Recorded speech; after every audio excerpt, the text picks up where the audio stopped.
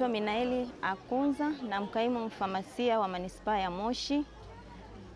Ninawashukuru baraza la wafamasia kwa ujio wenu hapa kwetu Moshi manispaa na kuelimisha jamii kuhusu matumizi sahihi ya dawa.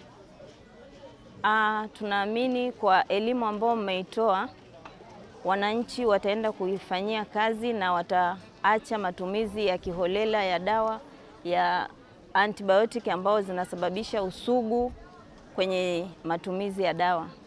Ujumbe kwa wananchi na wasihi waache matumizi holela ya dawa, wafuate utaratibu ambao wameelekezwa kuhusiana na matumizi ya dawa. Wasifike tu kununua dawa bila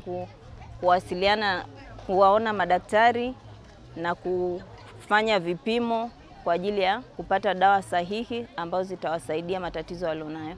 Kwa eneo hili hapa letu la manispaa ya Moshi, elimu hii itawasaidia wengi wanaopata magonjwa sugu yatokanayo na matumizi holela ya dawa.